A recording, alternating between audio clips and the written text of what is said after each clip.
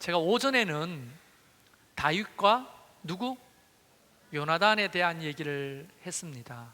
오후 예배는 이제 사울과 바나바에 대한 얘기를 좀 하려고 합니다. 참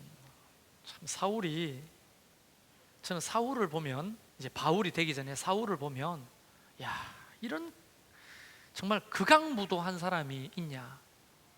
그냥 자기 신념에 빠져가지고 그냥 이게 하나님 앞에 죄인지도 모르고 그냥 나가는 거예요. 아주 무서운 거예요. 그러니까 잘못된 성경에 기반되지 않는 신념은 굉장히 무서운 겁니다. 그래서 우리의 기준은 언제나 성경, 하나님의 말씀이기를 간절히 바랍니다.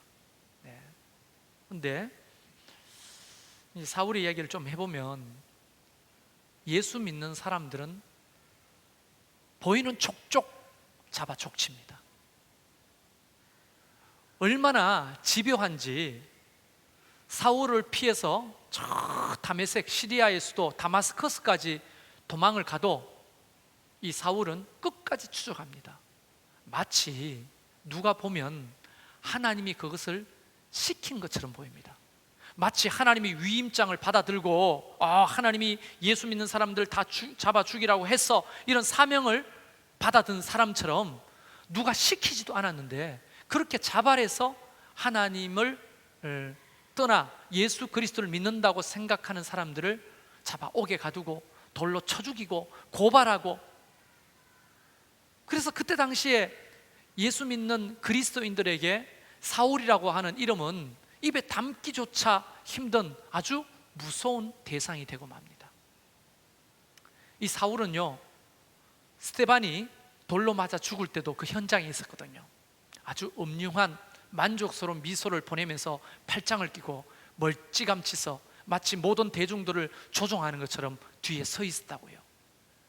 그때 스데반의 겉옷을 벗겨다가 그 옷을 사람들이 누구 앞에 오냐? 사울이라고 하는 청년 발 앞에 뒀다고 했어요. 여러분, 그는 청년이었습니다. 혈기가 왕성한 청년. 근데 잘못된 신념에 빠지니까 그렇게 무서운 사람이 되는 거예요. 아무도 그를 말릴 수가 없었습니다.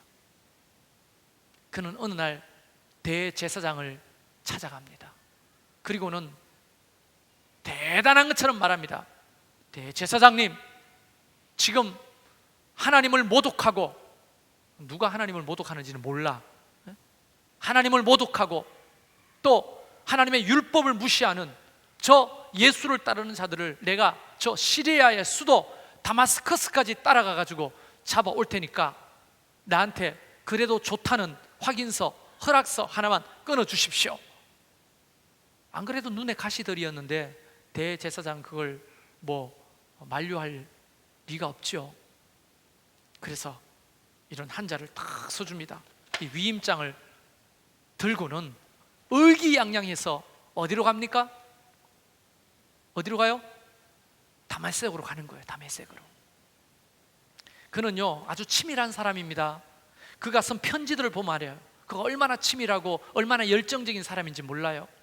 그는 아마 가면서 머릿속으로 많은 계획들을 가지고 갔을 거예요.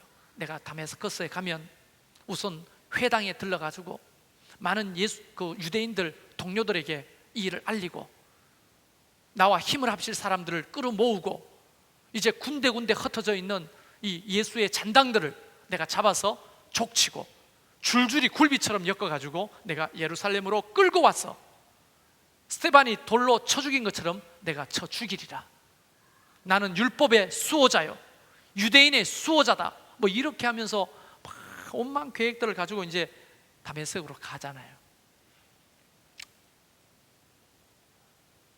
가다가 어떻게 됐습니까? 그 가는 길 위에서, 그걸 저는 어릴 적에 이 설교를 들을 때 다메섹으로 가는 도상 위에서 이런 도상, 이 도상이 뭔지를 몰랐어요. 도상이 어딜까? 도시 이름인 줄 알았는데 알고 봤더니 길 위라는 말이더군요. 너무 어려운 말 쓸 필요 없어요. 우리 목사님들이 너무 어려운 말 써. 그래서 저처럼 좀 대충 무식해야 설교가 쉬워요. 길 위에서 갑자기 강렬한 빛이 내리쬐입니다. 으악! 비명과 함께 그는 바닥으로 쓰러집니다. 그리고 주변에 같이 가던 동행인들이 있었지만 그 소리를 듣지 못하지만 사울은 똑똑히 듣습니다. 사울아, 사울아, 어찌하여 나를 핍박하느냐? 당신 누굽니까? 누굽니까? 눈을 감은 채로 땅바닥에 엎드려져서 그렇게 소리를 치니까 하늘에서 또 소리가 있어. 네가 핍박하는 예수다. 그리고는 끌려가지고 근처 성으로 들어가는데 거기서 하나님이 예비하신 아나니아를 만납니다. 그리고 아나니아가 기도하고, 아나니아도 어떤 사람입니까? 예수의 제자예요. 기도하고 눈에 비늘 같은 것들이 벗겨지고 그가 예수님을 만나게 됩니다. 그가 원래 가려고 했던 다메섹 성으로 들어왔습니다. 그가 생각했던 계획대로 움직여지지 않았죠. 처음에는 들어와서 회당에 가서 자기를 지지하는 세력들을 모으고 예수의 잔당들을 잡으려고 했는데 그는 오늘 읽지는 않았지만 이 19절에 보면 사울이 다메섹에 있는 제자들과 함께 며칠 있을 새 즉시로 각 회당에서 예수가 하나님의 아들이심을 전파하니, 여러분, 며칠 만에 역전이 됩니다. 그가 회당에 가서 자기를 지지하는 사람을 모으는 게 아니라 도리어 그 회당에서 뭘 합니까? 예수 그리스도를 전하고 있는 거예요. 예수가 하나님의 아들이시고 우리를 위해 죽으신 구세주고 메시아다. 와, 여러분, 이 일을요 그냥 성경 몇 절로 휙 지나가야 될 일이 아니에요. 목숨을 거는 것이에요. 목숨을 거는 거. 듣는 사람들이 다 놀라 말하되 이 사람이 예루살렘에서 이 이름을 부르는 사람을 멸하는 자가 아니냐. 그런데 어떻게 도리어 예수를 전하는 자가 되었는고. 이렇게 지금 사람들이 다 놀랐다는 겁니다. 여러분, 인생은요 우리 계획대로 안 돼요. 지금 뭔 말인지 못 들었습니까? 우리 인생은 내 계획대로 되는 게 아닙니다. 우리가 청운의 꿈을 꿈고 미래를 꿈꾸지만 하나님이 원하지 않으면 그 중간에 반토막 날 수도 있고 넘어질 수도 있고 역전될 수도 있고 바뀔 수도 있는 거예요. 아무도 모르는 거예요. 여러분, 사울이 다메섹 가서 하려고 했던 그 모든 계획들이 수포로 돌아가고 그가 도리어 하나님을, 예수 그리스도를 전하는 복음 전도자가 될 거를 동행하는 사람이 알았겠습니까? 본인이 알았겠습니까? 그 정명서를 써준 대제사장이 알았겠습니까? 하나님이 역사하면요 순간에 역전이 일어나는 거예요. 할렐루야. 그러니까 우리는 이런 하나님을 모시고 이런 하나님을 믿는 하나님의 자녀로서 어지간한 일에는 절망하거나 포기하기는 이르다는 거예요. 이쯤 되면 아멘 소리가 나와야 되는데 안 되네요. 고맙습니다. 진심이 아니어도 아멘 해주면 고맙습니다. 네, 힘이 나요. 눈 감고 묵상하는 척 하지 말고 설교는 눈으로 듣는 겁니다. 감지 말고 저를 보세요. 네. 우리는 보통 우리의 삶에서 우리가 원치 않은 일을 만났을 때 우리는 절망하고 좌절합니다. 그게 인간이죠. 그 연약함이 있죠. 그걸 인정하지 말자는 게 아닙니다. 그러나 우리는 한편으로 뭘 봅니까? 우리와 동행하신 하나님을 보잖아요. 그분이 살아계시잖아요. 여러분 믿으십니까?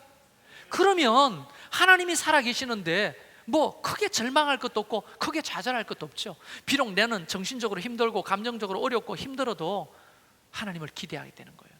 반전이 있을 거고 또는 하나님의 복수하심이 있을 거고 또는 하나님의 놀라운 계획이 우리 가운데 펼쳐질 것을 믿으니까.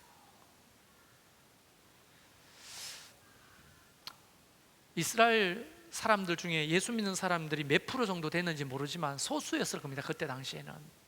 그런데 그 사람들과 바울의 세력들과 싸움은 전쟁이 안 되는 싸움이에요. 어떻게 그 세력과 싸워서 이깁니까? 그런데 보세요. 순간에 역전이 됩니다. 바울이 하나님 앞에 돌아오면서 급기야 이 분위기는 반전되기 시작하는 거예요. 나 이런 은혜가 우리 교회에 있을 거라고 확신합니다. 예. 여러분의 인생에 있을 거라고 확신합니다. 그럼 생각해 보세요. 뭐가 잘 안 돼요? 뜻대로 안 돼요? 계획대로 안 되죠. 그렇잖아요. 계획대로 안 돼요. 그러나 하나님이 살아계시잖아요. 사울과 함께 하셔서 사울을 뒤집어서 하나님의 사람으로 만드신 그 하나님의 놀라운 역사가 오늘도 저와 여러분의 인생 가운데 그냥 면면이 이어가고 있는 겁니다. 그걸 보는 눈이 필요한 거예요. 여러분, 우리 주일 11시 예배 보지만 그래도 나름 꽉꽉 차려고 했던 교회가 이제 반동아리가 나는 것처럼 보여요.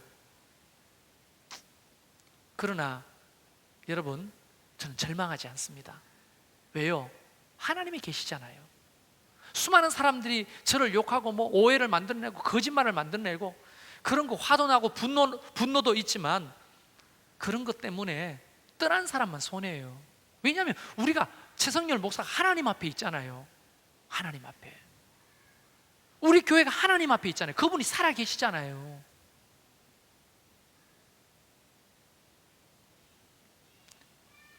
아직도 근거 없는 이야기에 매몰돼서 원망하고 상처를 받고 실족하고 시험 들고 교회를 떠난 분들을 위해서 여러분 기도하십시오.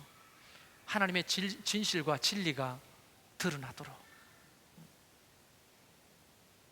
뭐 감출 게 거기 어디 있어요? 우리 하나님은 반전의 하나님이시기 때문에. 그런데요, 그렇게 복음을 전했더니 다메섹의 사람들이 당혹해하면서, 제 말이 아닙니다. 22절에 보면 사울은 힘을 더 얻어 예수를 그리스도라 정언하여 다메섹에 사는 유대인들을 당혹하게 하니라. 이게 22절이에요. 그런데 어떤 일이 벌어지냐면 그 다메섹에 사는 유대인들이 저놈 잡아 죽이자 하고 사울을 죽이려고 공모하기 시작합니다. 여러분, 공모했다는 것은 여러 사람들이 세력을 모아서 사울을 잡아 죽이자고 사람들을 일으키기 시작합니다. 그래서 사울을 죽이려고 밤낮 성문 앞에 기다리는 거예요. 사울 지나가면 잡아 죽이려고. 네가 예전에 스데반 돌로 쳐 죽였지, 이제 네가 돌 맞아 한번 죽어봐라, 이런 식이에요. 그런데 그리스도의 제자들이 밤에 바울을 광주리에 담아 성벽에서 달아내립니다. 그리고 살아나는 거예요. 사울이 도망와가지고 예루살렘으로 갑니다. 여러분, 이 사울이 예루살렘에 간다고 했어요. 여기서도 한번 생각해 보세요. 사울이 예루살렘으로 들어가는 것은 다메섹보다 위험합니까? 안 위험합니까? 네, 훨씬 더 위험한 곳이 예루살렘이에요. 거기는 눈 시뻘겋게 뜨고 있는 제사장과 그의 하수인들, 레위인들, 서기관들, 바리새인들 바글바글거리고 내가 변절해서 예수의 제자 됐다고 하면 아마 사지를 찢어서 죽일 것이 뻔합니다. 그럼에도 불구하고 그는 어디로 들어갑니까? 예루살렘으로 갑니다. 멋지잖아요. 이런 용기가 저와 여러분에게도 있기를 바라요. 뭐가 두렵습니까? 하나님이 함께 하는데 뭐가 두려워요? 뭐 망하는 게 두려워요? 병드는 게 두렵습니까? 교회가 좀 찌그러지고 시험 드는 게 두렵습니까? 신천지가 두려워요? 시험 떨어지는 게 두려워요? 저보고 물어보세요. 두려워요? 물어보세요. 물어보시라고. 두렵냐고. 사모님이 두렵냐고요? 아니요, 안 무섭습니다. 그런 사람 아니에요. 왜 이래요? 근데 저는요, 솔직히 말하면 두렵습니다. 안 두렵다는 게 아니고 두려움에도 불구하고 하나님이 함께 하시니 그 걸음을 걷는 거예요. 많은 사람들이 염려하고 있는 거 압니다. 성전 이전과 건축 과연 되겠냐? 그 많은 돈을 어디에서 빌려오겠냐? 여러분, 저한테 물어보세요. 두렵냐고. 두려워요. 솔직히 제가 여러분한테 고백하는데요, 지난주에 로또를 하나 샀어요. 네. 사가지고 새벽에 다 채광식 집사도 돌아가고 혼자 남아가지고 기도하는데 그 로또 복권을 딱 끄집어냈어요. 그리고 딱 올려놓고는, 하나님, 매주 20억 당첨되는 사람 생기잖아요.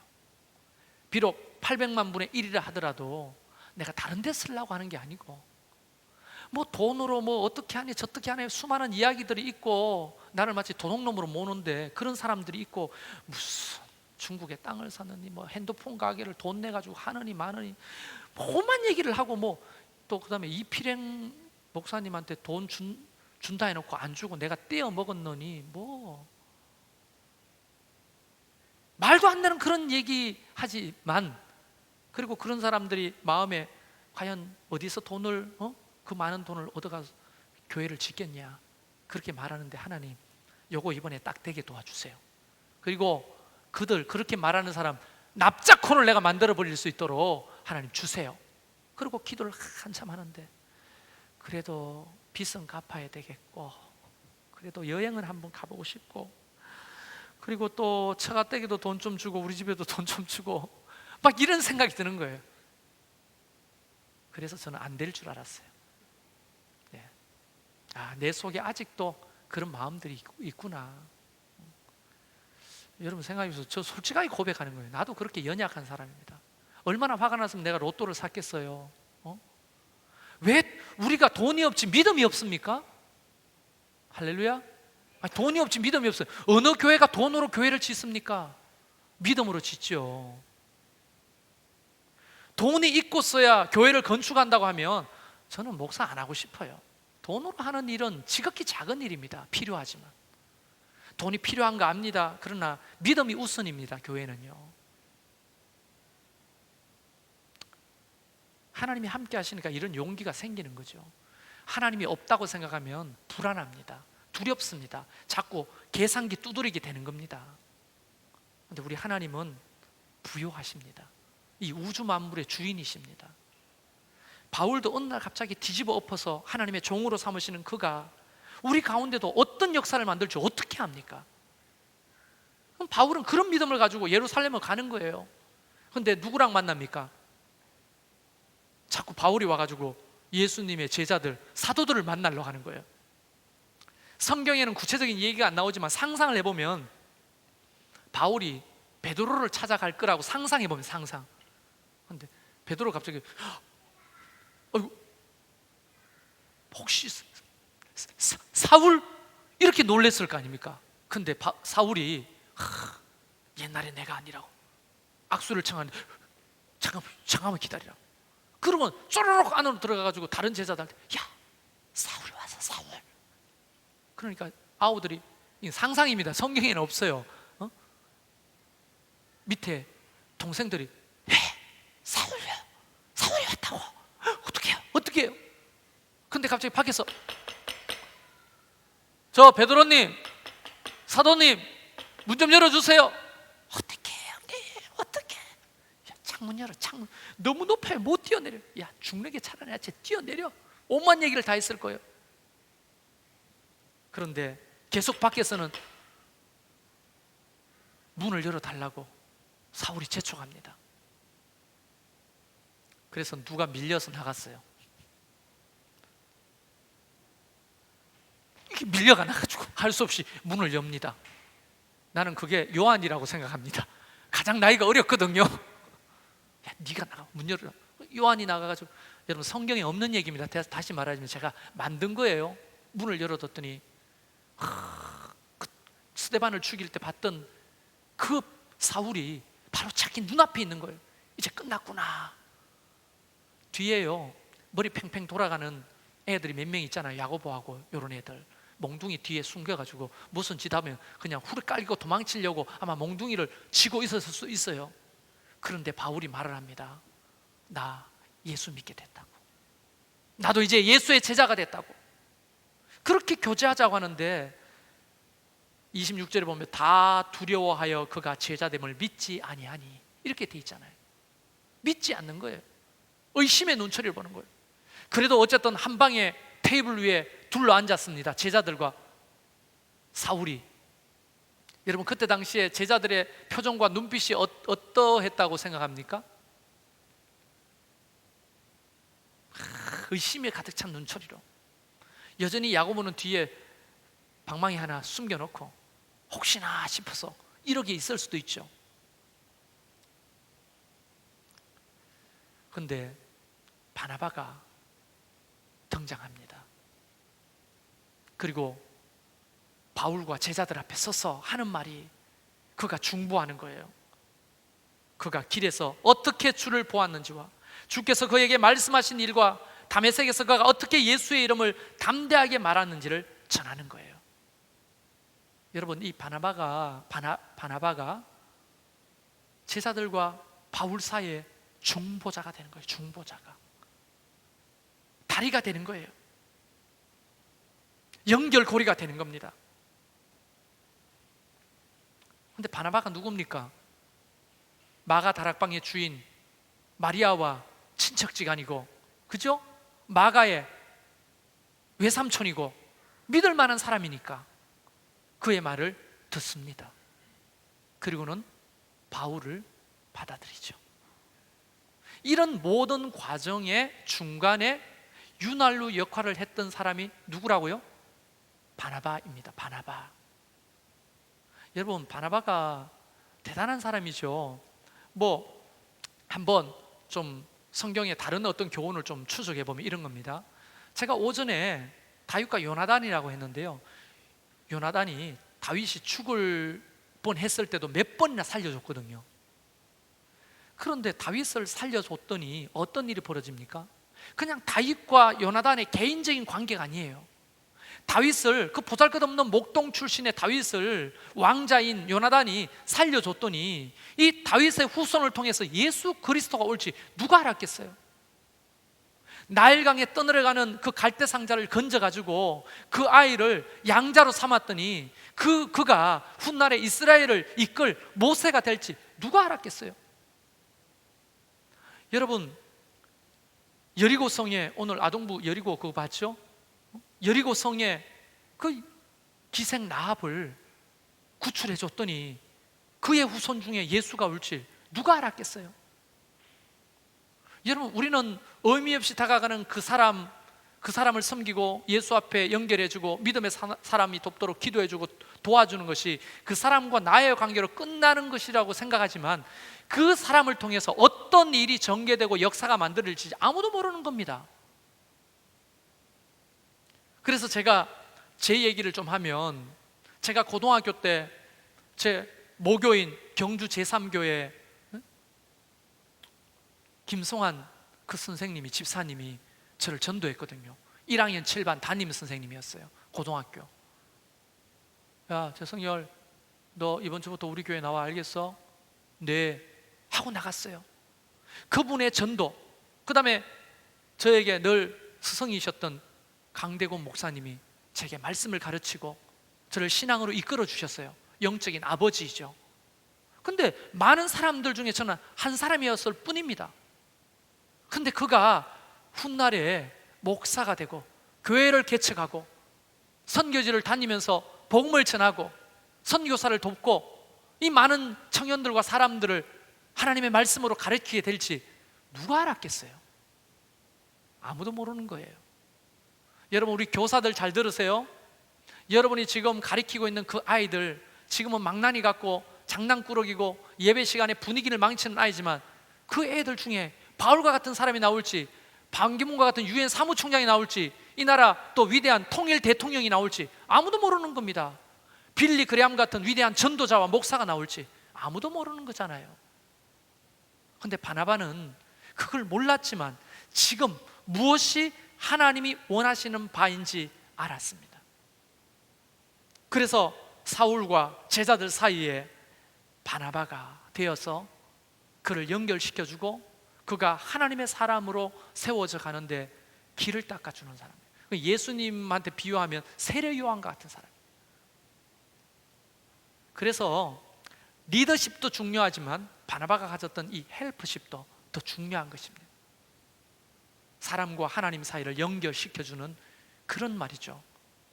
헬프십을 가진 사람들. 하나님은 이 사울이 바울 되게 하십니다. 그리고 그 바울을 통해서 상상을 해보세요. 어마무시한 하나님의 나라의 확장이 일어나잖아요. 그 한 사람 때문에. 아마 유대교에 있는 사람들은 상상을 못했을 겁니다. 사울이 바울이 될 것이다, 사울이 예수의 제자가 될 것이다, 상상을 못했을 거예요. 근데 그 일은 수많은 믿는 사람의 도움으로, 아나니아, 바나바 이런 사람들의 도움으로 사울이 바울이 되고 하나님의 나라 안에 정말 어마어마한 하나님의 놀라운 역사가 일어나잖아요. 그러니까 어쩌면 우리 목자들에게 말하면 목원들 중에 누군가를 우리가 섬기고 하나님의 말씀으로 세우고 기도로 세우고 그 사람을 통해 어떤 일이 일어날지 아무도 모르는 겁니다. 그래서 우리는 그 가치를 바라보면서 모두가 다 바나바가 되는 거예요. 이것은요, 누가 하시는 일입니까?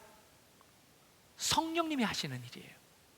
그래서 사실상 그 다윗에게 요나단 성령님의 예표, 예수 그리스도의 예표라면 오늘 사울에게 바나바 또한 예수 그리스도의 예표며 성령님의 예표인 겁니다. 성령 하나님은 우리 가운데 찾아오셔서 우리를 세우기를 원하시거든요. 우리를 거부하고 우리를 손가락질하고 우리를 도리어 두려워하고, 그러나 성령님은 우리를 세워서 그들 가운데 우리를 소개하고 위대한 사람으로 우리를 빚어가시고 한 인간으로서 하나님의 자녀로서 올곧이 그 인생을 살아내도록 우리를 이끄시는 분, 온전한 바나바, 그분이 바로 성령 하나님이시라는 거예요. 할렐루야. 자, 그러면 바울에게 이 바나바는 얼마나 고마운 사람입니까? 바울이 바울 되기 위해서 바나바가 필요했듯이 다윗이 다윗 되기 위해서 요나단이 필요했듯이, 그렇죠?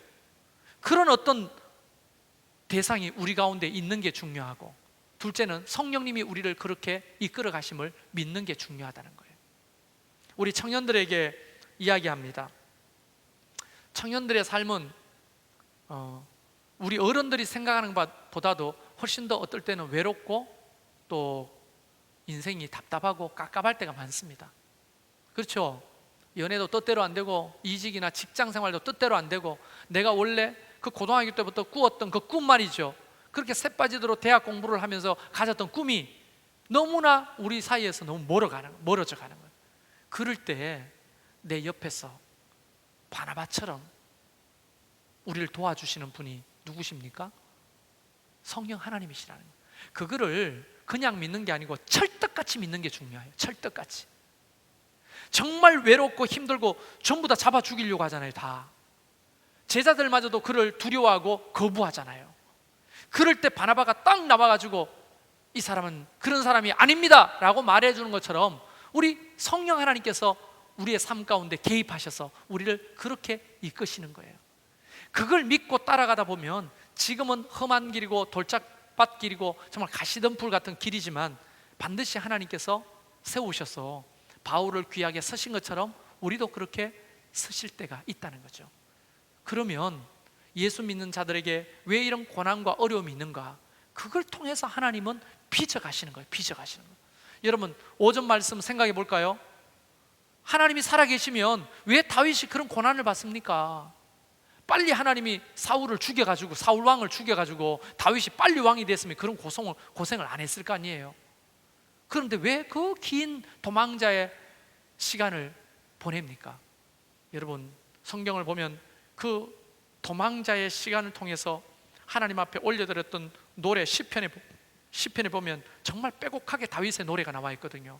그걸 보면 초반에 불렀던 다윗의 노래, 그 다음에 나중에 불렀던 다윗의 노래는요, 수준이 다릅니다. 정말로 수준이 달라요. 왜냐하면 점점점 성장하고 하나님을 믿는 믿음이 더 강력해지는 것을 시편을 통해 확인할 수가 있어요. 그 말은 하나님이 우리 가운데 오셔서 바나바처럼 우리에게 성령님이 우리를 이끌어 가시지만 그럼에도 불구하고 우리의 삶에는 고난이 있을 수밖에 없다는 거예요. 환난이 있을 수밖에 없다는 거예요. 수많은 시험이 있을 수밖에 없다는 거예요. 그러나 그 기회를 통해서 우리가 얻는 게 있다면 뭡니까? 자라는 거예요. 성장하는 거예요. 예전에 돌아보면 그때 우리와 내가 다른 거예요. 7년 반 전에 개척 초반에 최성열 목사와 지금 목사는 너무나 많이 다릅니다. 하나님이 조금씩 그런 어려움과 환난을 통해 빚어가시는 거예요. 그런데 그 성령님을 의지하지 않고 믿지 않고 세상의 방법을 쫓아가다 보면 시간이 지나도 말짱 도루묵이야. 성장이 없어요. 도리어 구습을 쫓고 옛 사람을 쫓아가게 되는 거예요. 성장이 없는 거죠. 그래서 우리의 삶에는 버릴 게 없습니다. 여러분, 우리 삶에는 버릴 게 없어요. 나를 찌르는 사람도 하나님은 악한 날에 악인을 귀하게 쓰십니다. 철이 철을 날카롭게 하고 친구의 얼굴을 빛나게 하잖아요. 그 환난은 사람을 온전케 만들잖아요. 더 위대하게 세워가시잖아요. 그러면 유쾌한 상상을 한번 해볼까요? 우리가 개척을 처음 했을 때부터 기가 막히게 부흥해가지고 금방 1, 2년 안에 막 사람이 1,000명, 2,000명씩 모이고 교회도 번듯하게 세우고 서울 시내 한복판에 빌딩을 세우고 그렇게 했다고 생각해 보세요. 저는 지금 생각하면 좋은 아빠, 좋은 남편, 좋은 목사로 성장하는 것을 잃어버렸을 거예요. 아주 기고만장해가지고 내가 다 했다고 생각하면서 하나님과 동기동탕생처럼 이렇게 아마 내가 생각했을 수 있을 거예요. 사람들을 무시하고 그냥 단칼에 베버리고 그냥. 여러분, 이런 찌지고 뻗고 싸우고 정말 많은 우환과 어려움과 시험을 통해서 우리 모두가 조금씩 성장해 가는 거예요. 성경의 코도에 맞춰져 가는 거예요. 하나님의 주파수에 조금씩 가까워지는 거예요. 우리가 예수 그리스도를 조금씩 닮아져 가는 거예요. 사울도 어느 날 바울이 된 게 아니잖아요. 제가 자주 이야기했잖아요. 그가 어디로 보냅니까? 다소로 보내잖아요. 고향 다소로 갑니다.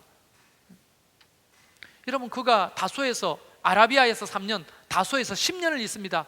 13년 후에나 그가 이제 전도자로서 하나님 앞에 쓰임받기 시작하거든요.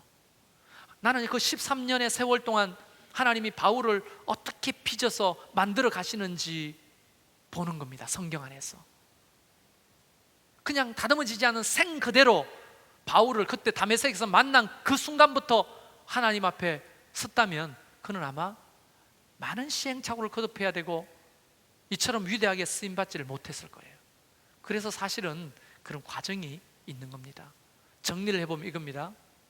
여러분, 바나바, 이것은요 사람이 아니라 성령님이십니다. 성령님이 우리를 이끌고 사울을 통해서 만들고 중보자가 되어주시고 이끌고 그가 위대한 하나님의 전도자로 세워지는데 계속 바나바가 그 일을 하신 것처럼 성령 하나님께서 우리의 삶에 A부터 Z까지 늘 바나바로서 우리와 함께 하신다는 거예요. 어떤 환난과 어려움, 아픔, 고난, 시험, 그런 핍박, 두려움 속에서도 우리가 포기하지 않을 수 있는 것은 이 우리의 바나바 되시는 성령님이 계시기 때문이라는 거예요. 그분을 철떡같이 믿고 가면 우리는 어떤 경우에도 다시 일어나는 겁니다. 다시 세워지는 겁니다.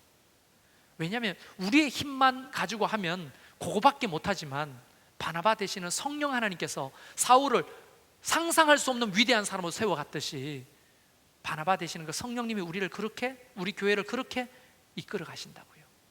할렐루야. 그걸 믿는 거죠. 신앙이라고 하는 거는 지금 현상만 보면 끝내야 됩니다. 문 닫아야 돼요. 제가 어제 2012년부터 지금까지 그 회계 장부를 프린트를 했어요. 한 60장 정도 됩니다. 그걸 딱 해가지고 이제 법원에 제출할 서류도 있고 해서 그걸 만드는데 내가 돈을 어떻게 썼나 이것도 보고 교회가 어떻게 돈을 사용했나 이런 것도 보고 이렇게 보는데요, 반동아리가 났더라고. 예산도, 사람의 수도 반동가리가 났어요. 현상만 보면 이건 내리막이니까 결국 우리가 가는 것은 망하는 길이구나, 정말 교회가 문 닫는 길이구나 이거죠. 그러나 믿음의 눈을 가지고 보면 시험을 당하거든 너희가 기쁘게 여기라. 이 일을 통해서 우리 교회를 하나님이 다시 이렇게 세우시는 거예요. 그래서 내년은 다를 겁니다. 후내년도 달라질 겁니다. 우리는 점점 하나님이 기뻐하시는 멋진 교회로 지금 빚어져 가고 있는 과정인 것입니다. 그래서 예수님이 물론 다른 의미로 했지만 아까도 소개했죠. 끝까지 견디는 자는 구원을 얻으리라. 여러분, 이 환난과 시험과 훈련 속에 끝까지 견디는 자는 하나님의 교회가 온전히 세워지듯이 저와 여러분이 온전히 세워질 줄로 믿습니다. 근데 자꾸 튕겨져 나가잖아요. 현상만 보고. 여러분, 현상 뒤에 숨어있는 하나님의 계획을 보시기를 바랍니다. 그걸 봐야 되죠. 그게 열려야 되는 거예요. 그게. 그렇죠. 여러분, 세상에는요, 소망 없는 기업에는 투자 안 하잖아요. 투자 안 하잖아요. 소망 없는데 거기 주식 살 겁니까? 안 살 거 아니에요. 그래서 어떻게 해요? 뺄 거 아닙니까? 여러분, 하나님의 교회가 그런 관점에서 보면 11조 못합니다. 그런 관점에서 보면 헌신 못해요. 하나님의 교회는 망한 것처럼 보여도 망한 게 아니고 끝난 것처럼 보여도 끝난 게 아닌 거죠. 왜? 하나님이 살아계시니까. 그분이 바람하시잖아요. 우리를 결국은 이끌고 가실 바나바이시잖아요. 그걸 믿는 믿음이 성도, 저와 여러분에게 다 있기를 바라는 겁니다. 여러분의 인생을 보는 눈도 그렇게 되길 바라요. 여러분의 자녀를 보고, 여러분의 부모님을 보는, 여러분의 사업장, 기업, 직장을 보는 눈도 그렇게 보이기를 바랍니다. 우리 대한민국을 보는 눈도 그런 눈이 있기를 바랍니다. 여러분, 통일 한국으로 가는 과정이에요. 내가 볼 때는 저는 우리 시대에 통일이 온다고 믿습니다. 우리의 자녀들은 통일 한국에서 살 사람들이에요. 이 모든 것들이 다 바나바이신 성령님이 하시는 일입니다. 할렐루야. 그렇게 따지면 뭐가 두려워요? 뭐가 걱정스럽습니까? 그래서 저는 이런 오기 같은 거, 믿음의 오기가 생기는 게 뭐냐면, 그래, 너희들 앉아가 계산해봐라. 계산대로 되는지 안 되는지 보자. 오르락 내리락 하죠. 인생도, 교회도 오르락 내리락 하잖아요.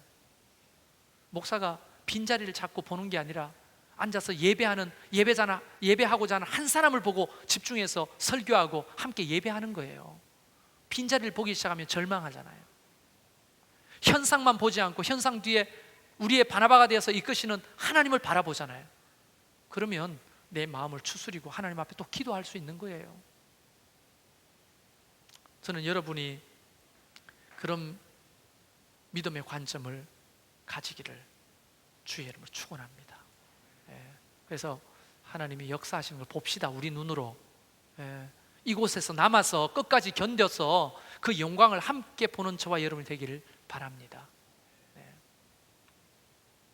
우리 잠깐 찬양하면서 주님 앞에 좀 기도하고 싶습니다.